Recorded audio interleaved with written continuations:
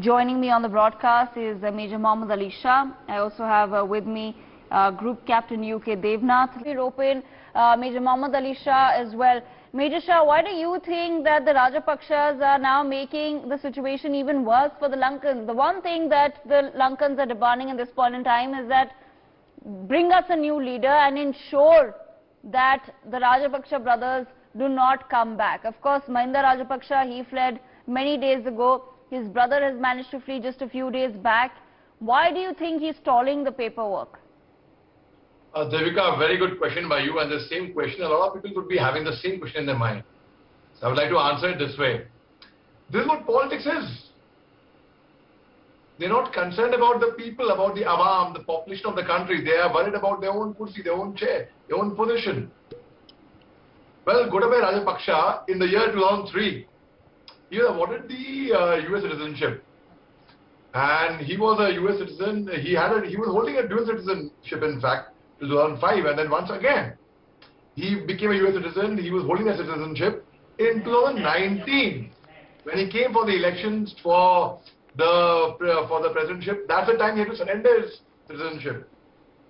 And now he believes he has a lot at stake because he surrendered so much things to be in power. And he would not want to release his power so easily. Be it, he doesn't give a damn, he doesn't care about what happens to the country. You see, he cares. Isn't it ironically, Devika, a person who was Islamophobic or who was dubbed Islamophobic went first to Maldives, which is an Islamic country, in fact.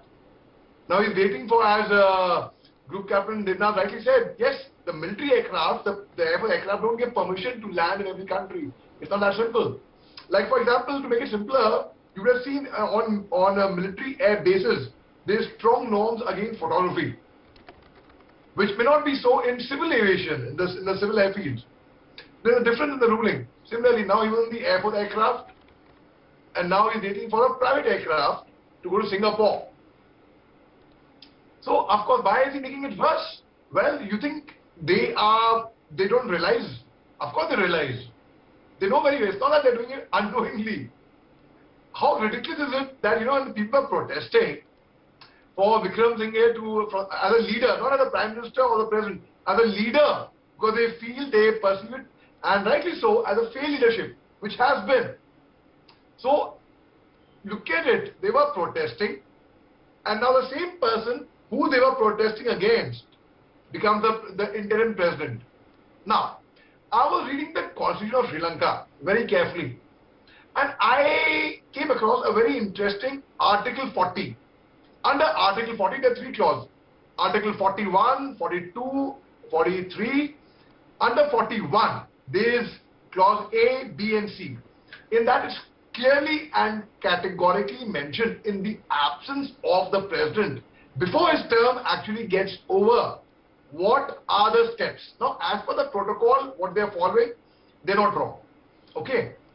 They are fine. But it also says that the speaker, in that case, steps in for 30 days, for a month, to be the interim president.